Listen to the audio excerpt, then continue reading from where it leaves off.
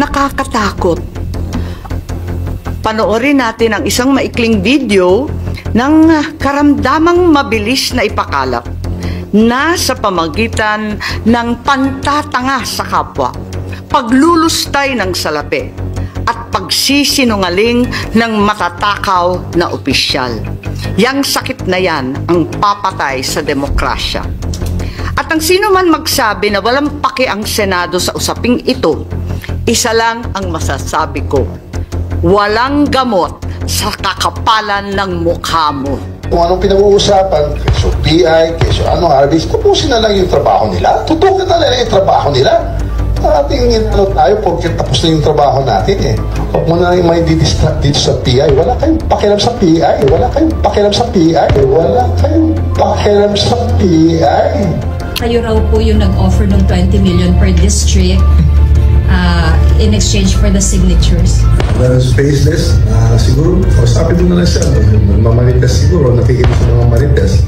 I'd like to prove it and she has the proper means and ways she can go to whatever court or agency to formulate.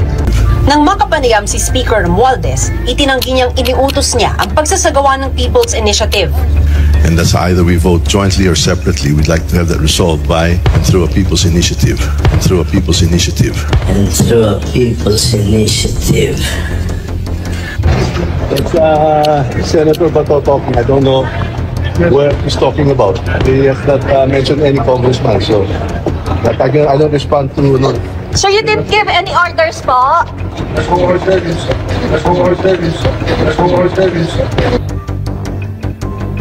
Katakot-takot na pag-aaral yung 4P. Ito, di hamak na malaki, walang pag-aaral, maski yung DBM nagtataka saan to galing. Ang nakakatawa, sila yung unang bumira nito sila ang pasimuno ng PI na yan. Hindi naman kami. Ngayon, nung tuklasan ng Senado at inusisa, biglang umaaray sila. At sasabi mag-ceasefire. Wala tayong magagawa. May kailangan managot kapag ginamit ang pondo ng gobyerno.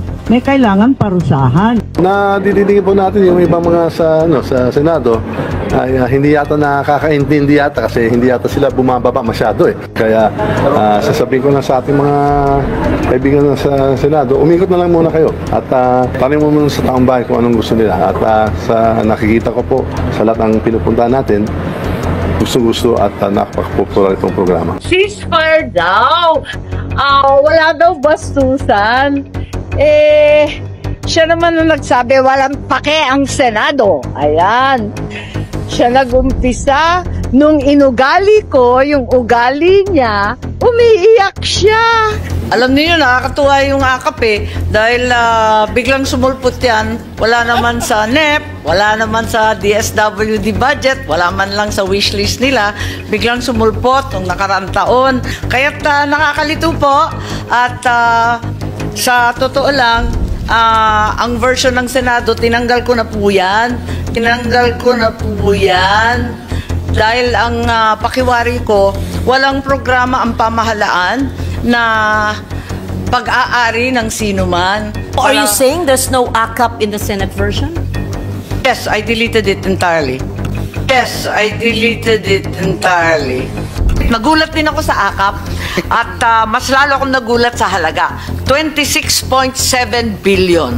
Isang programa na ngayon ko lang natuklasan at ngayon lang narinig, pero may bilin dito sa text, all soft projects including AKAP must go through the office of the Speaker.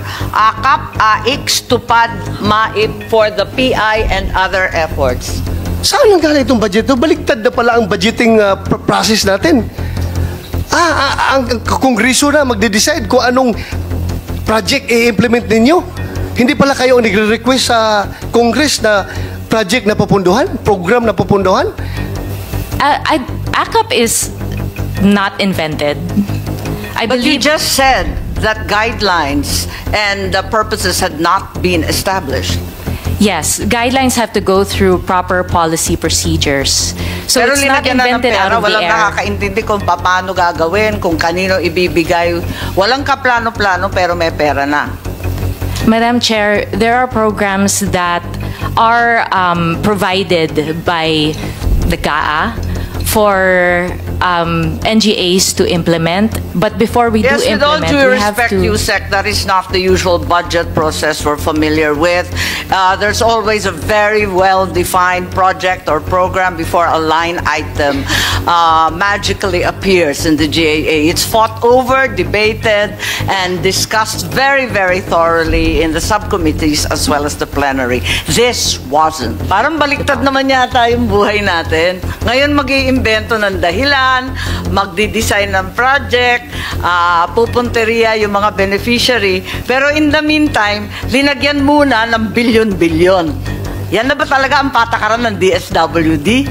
Ang PNP ngayon, nagbabantay na pag mag-release kayo na babawasan na naman yung pera, ang 10,000 ibigay sa tao, tapos ibalik yung, bawiin yung 9,000, 1,000 lang maiwan doon sa tao. Just to follow that, at mukhang unprogrammed funds yun, yung in-announce po nila sa press conference na yun. Just for the record, Madam Chair. Salamat po, Madam Chair. Salamat, Attorney. Pero ang bongga ng unprogrammed, nakadetalya na, 5 million per family. Ayos. May I know who distributes the AKAP? Ang DSWD ang siyang nagdi-distribute ng AKAP. Personally? Pareho rin lang ng iba't ibang programa kapag may listahan, susundan nila katulad ng SLP, ng AIX at iba't iba pa. Who goes to the venue? Because no senators go to the venue. Ang atin mga social worker at yung mga empleyado ng DSWD na mga paymaster. Who else? Maraming sumasama na politiko, nakikita naman po natin. AKAP is a new initiative, yes. You mentioned about what are the programs, just so that it's on the record, what are the programs of the DSWD?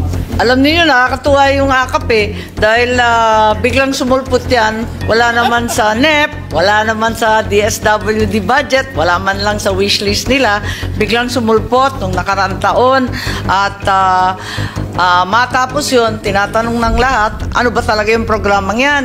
Biglang Pebrero, katapusan ng Marso, tsaka lang lumabas yung mga guidelines.